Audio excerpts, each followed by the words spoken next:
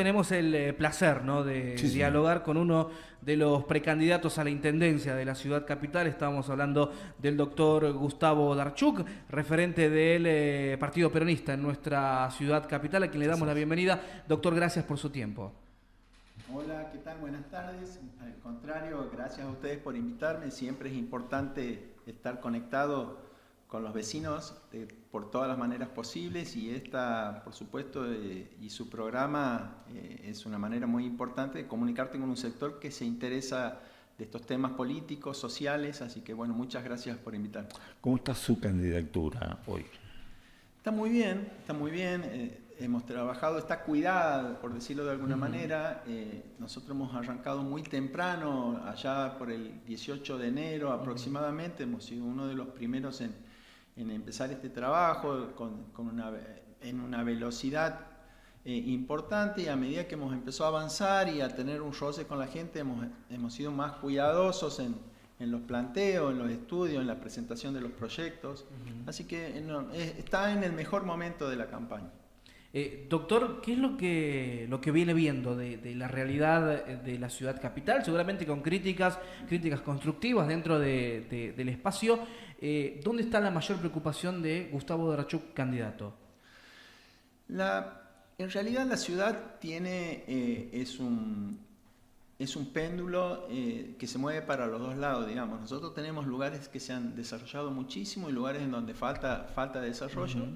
Entonces, como la mirada de una persona que piensa en construir, en desarrollar, he puesto mi mirada más en lo que falta desarrollar, ¿no? Hay barrios que estratégicamente ubicados, en los cuales hay que trabajar mucho, hay que ver el tema de transporte público de pasajeros, hay que definir una estrategia y hasta que no se resuelva no hay que parar en trabajarlo. Hay mucha gente que se tiene que convocar. Hay que convocar a todos los sectores, desde los propietarios, a los usuarios, a los ingenieros especialistas. O sea, hay que dar la discusión de una vez por todas, y es un tema que hay que resolver. Bueno, también está el tema de la basura, el manejo. Por suerte, a la fecha, estamos viendo una ciudad más limpia que hace un par de meses. O sea, efectivamente está funcionando cada vez mejor el sistema de basura. Yo creo que la exposición que ha tenido este tema ha servido también para reformular las estrategias en el tema de basura. No sé si ustedes perciben lo mismo, que de a poco esto se está reordenando. Así que bueno. Yo planteo algo que me parece muy interesante, que con tiempo de elecciones uno primero, digo yo desde afuera, con experiencia periodística, cuando se habla de las ciudades uno se enfoca en las periferias y plantea seguramente proyectos para sostener, para mantener, para mejorar, para llevarle calidad de vida, quizás a las personas más marcadas por, eso, la distancia del centro. Pero yo quisiera llevarlo al centro, al microcentro de la ciudad, porque me parece que el tránsito es precisamente el tránsito, es decir, los vehículos, las motos, las bicicletas, los peatones, todo lo que circula por el microcentro, parece que está en medio de un estado caótico, ¿o no? Bueno, es una realidad de muchos años, ¿no? La ciudad siempre ha tendido a centralizar en todos los aspectos. Nosotros tenemos muchos empleados privados y públicos en el centro, en el microcentro y en el macrocentro, que es lo que hace que en determinados horarios el ingreso y el egreso sea caótico, es donde más se percibe, ¿no? Hoy, con todo este tema de la reducción del consumo que hay, que se nota también en el horario comercial, que antes había mucho movimiento, hoy se ve menos movimiento, pero en donde el caos está presente es, por ejemplo, en el horario de la salida de los chicos de la escuela en microcentro. Una problemática eterna esa, es doctor. Eterna, que en realidad yo no sé si tiene solución en lo inmediato, porque la solución sería sacar los establecimientos del microcentro. Entonces me parece es muy difícil, habrá que ordenar ese tema, hay que buscarle la lógica a eso. O quizá, digamos, tratar de regular el ingreso de los autos de los padres a los sectores de establecimientos educativos. Claro, por eso hay que pensarlo, porque seguramente, o buscar un lugar a donde los alumnos puedan descender o un playón donde se puede generar el ascenso y descenso.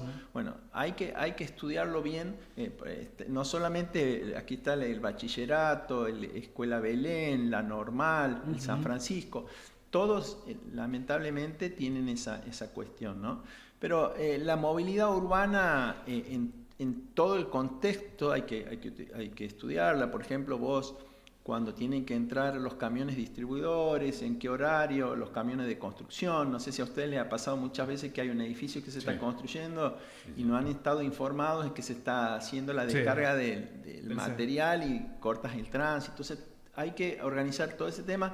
No te quiero decir que eso está totalmente desorganizado, sino que forma parte de este caos que estamos viviendo. Pero incluso la reparación de una calle en el centro de Santiago del Estero, si no está bien organizado el trabajo, genera, acaba de decir, una obra en beneficio de, termina ocasionando un perjuicio que no sé si lo dimensionan.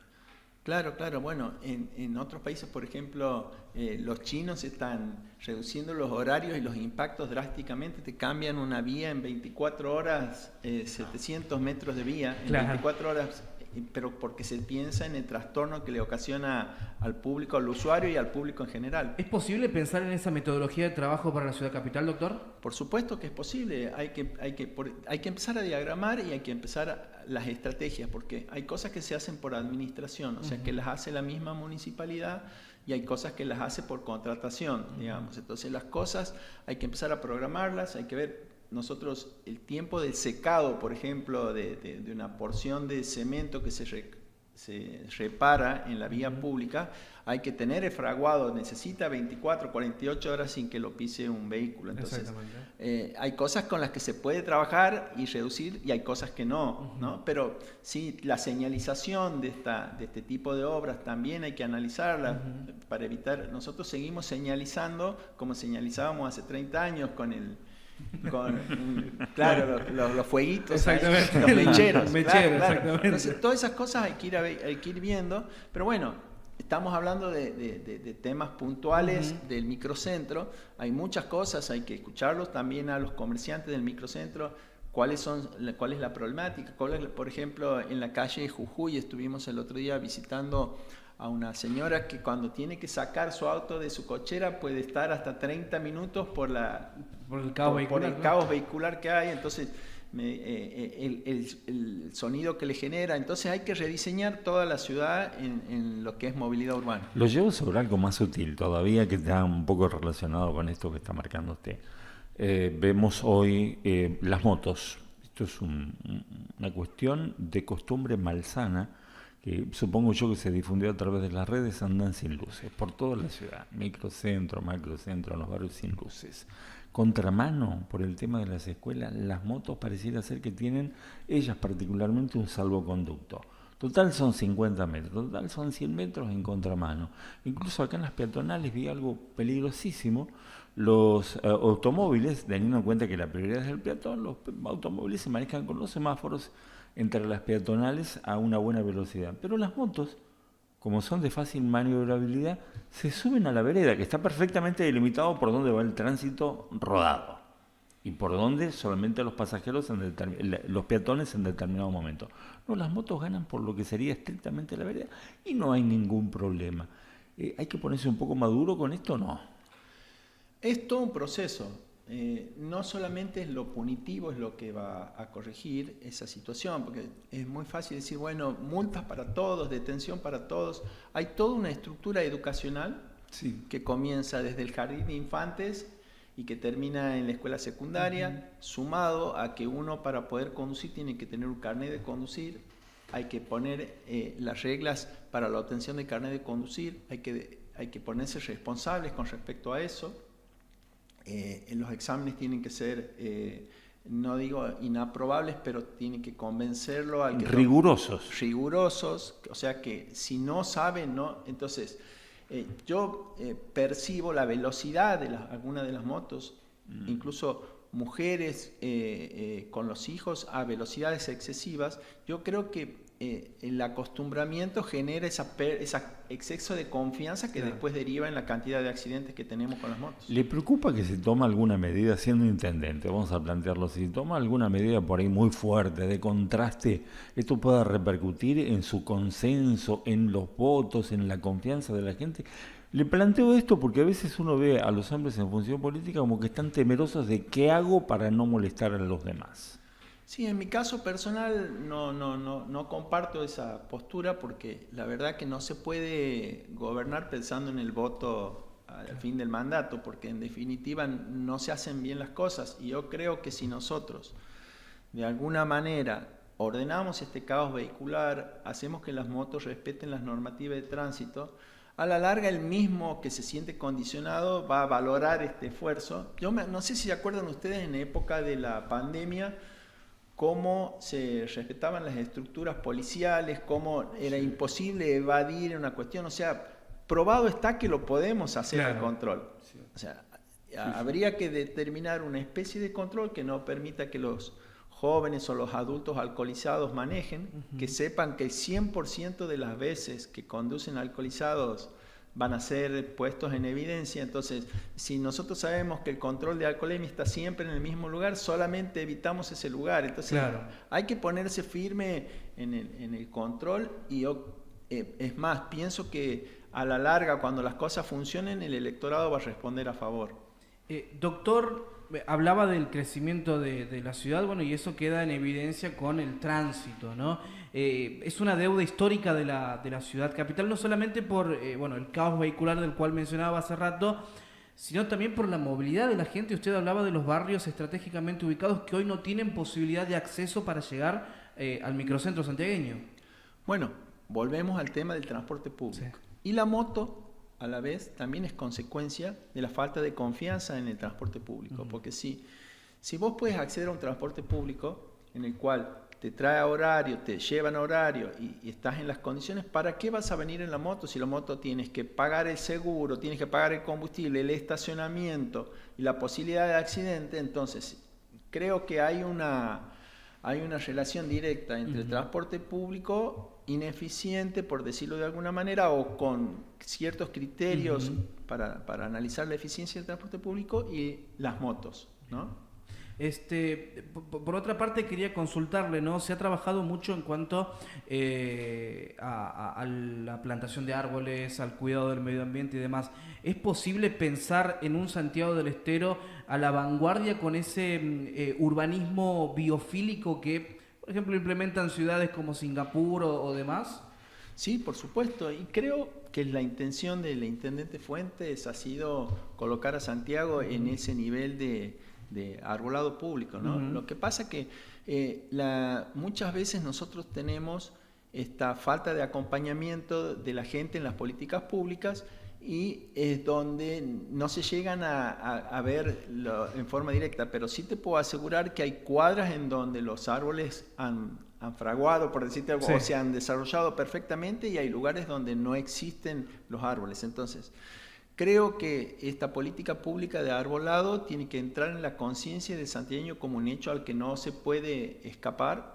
La ciudad necesita, por el futuro que viene de tanto climatológico, ahora en Europa están con un problema de calor excesivo, después nosotros ahora en el verano que se nos viene, este verano ha sido lluvioso, el próximo puede ser caótico con el calor, entonces tenemos que estar preparados para una ciudad totalmente biodiversa, ¿entienden? En el cual nosotros pasemos a ser ciudadanos de primera en relación a la biodiversidad. Ahora, no es fácil si la gente no está de acuerdo, porque si nosotros la tuviéramos aquí en este momento a la intendente actual, te diría la inversión en árboles ha sido gigante. Incluso yo siempre he pensado que también el empleado municipal también tiene que tener puesta la camiseta, porque el plantar un árbol también es un acto de amor y si lo haces mal, la condenas a muerte inmediatamente al árbol. O sea, entonces es todo un proceso en donde si no estamos todos de acuerdo y convencidos, no va a funcionar, ¿no? Hoy desde una organización ambientalista planteaban el tema de la educación, de la toma de conciencia de la comunidad como la base y el fundamento de todo esto. Me parece que lo que usted está marcando hay un claro ejemplo. Árboles se plantaron muchísimos. Si se hizo bien o mal, la verdad no soy quien para determinarlo, pero sí pude apreciar algo. En no pocos sectores, en los barrios, hay gente que no aprecia el árbol, no entiende el valor que tiene, la importancia que juega, independientemente de las raíces, la vereda, las hojas que caen y todo este tipo de cuestiones que vienen obviamente implícitas con poner una planta. ¿Cree usted que se puede trabajar en esto de generar conciencia para que el conjunto entienda el valor de una planta? Se puede trabajar, incluso nosotros ya tenemos desarrollado el proyecto. Bien. El proyecto se llama Lazos Verdes, en donde nosotros desde el municipio vamos a poner a disponibilidad los árboles, pero no se van a colocar árboles en las casas donde la familia no esté comprometida, claro, comprometida desde el plantado, el mantenimiento y la denuncia en caso de vandalismo para que sea repuesto el árbol. Entonces, lo que el vecino tiene que entender, primero, estaba en los barrios telefónicos hace un tiempo atrás y tenían en la parte de monobloc de los telefónicos, no sé si conocen, son unos monobloc que son viejos, ya tienen muchos años y los monobloc están ubicados de tal manera que tienen en verano sol desde las 5 de la mañana hasta las 8 de la tarde. Entonces, en verano esos monoblocks deben tener una recepción de calor de fácil de 70, 80 grados, deben levantar la temperatura. Entonces yo le preguntaba a la gente por qué no ponían árboles para evitar que el sol sea directo sobre sus casas. Claro. Entonces ellos en ese momento me comentaron que sí pusieron un par de veces, pero los chicos los rompen, etcétera, etcétera. Entonces, ¿qué hicimos? Nos comunicamos con el municipio accedió inmediatamente a colocar árboles. ¿Quiénes lo colocaron a los árboles? Los chicos. ¿Entienden? Entonces, entonces, ese concepto, primero decirle al vecino que va a empezar a gastar mucho menos en energía. Claro. Segundo, que va a estar mucho más cómodo porque su casa no va a tener esa temperatura. Tercero, el valor de las propiedades en lugares parquizados también mejor. El día que ellos quieran vender su casa, su departamento, va a ser un lugar con mucho más valor que una casa pelada en medio del sol. Entonces, yo estoy convencido que sí se puede. Hay que poner a trabajar a todos los visitadores sociales, a todos los que puedan educar a las familias, y sí se puede hacer tranquilamente. ¿Qué es lo que le brindó su experiencia, doctor, en el ámbito privado o en otras instituciones por fuera de la política para hoy presentarse ante los vecinos y decir, podemos hacer esto? La experiencia que tengo es en armar equipos de trabajo, ¿no? Uno piensa que es fácil, yo estoy convencido de que lo puedo hacer, y cuando llegas encuentras que hay un grupo de personas que piensan diferente que vos, tienen otras motivaciones, etcétera, etcétera. Entonces, lo que yo me puedo decir que he aprendido mucho a generar equipos de trabajo, a influenciar de tal manera de sacar lo mejor de cada uno de los miembros del equipo. Y bueno, y si me toca estar ahora en la municipalidad, pienso hacer exactamente lo mismo con los empleados municipales que están, sacar lo mejor de cada uno para hacer una municipalidad más eficiente. Es noticia en Nuevo Diario Web este jueves, esto es mañana, ¿no? Sí, señor. Se oficializaría la convocatoria a elecciones municipales en 25 ciudades santiagueñas. Ratificado esto, mañana ya está en funcionamiento el cronograma electoral, como corresponde y como tiene que ser. Exactamente. Doctor, en un posible mandato, ¿no?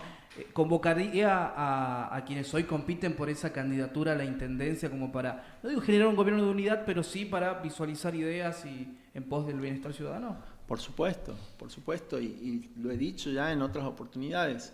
El aporte de todos los precandidatos es valiosísimo. Hoy, si no me equivoco, en la ciudad debe haber como 6, 7, 8 precandidatos a la intendencia, y cada uno haciendo la presentación de sus proyectos, de su mirada, y estamos todos dentro del mismo espacio político. Claro. Si bien yo soy de estructura peronista y después que termine este proceso voy a seguir trabajando dentro del peronismo, pero sin duda la capacidad y la manera de comunicarse que han encontrado cada uno de los precandidatos es muy interesante para seguir trabajando. Yo me imagino que cada candidato ha generado confianza en cierta parte del electorado y se va a deber a seguir trabajando para poder responder esa confianza a la que le han dado, ¿no? Doctor, agradecerle por su tiempo, por haberse llegado a la radio de los santiagueños, ¿no? Y bueno, el mayor de los éxitos para lo que se venga. Bueno, muchas gracias a los dos. La verdad que estoy muy cómodo en las notas que ustedes me hacen y siempre he tenido se escucha mucho la radio, entonces salgo de aquí y todos me dicen intendente, o sea, así que bueno, les agradezco mucho. No, por favor.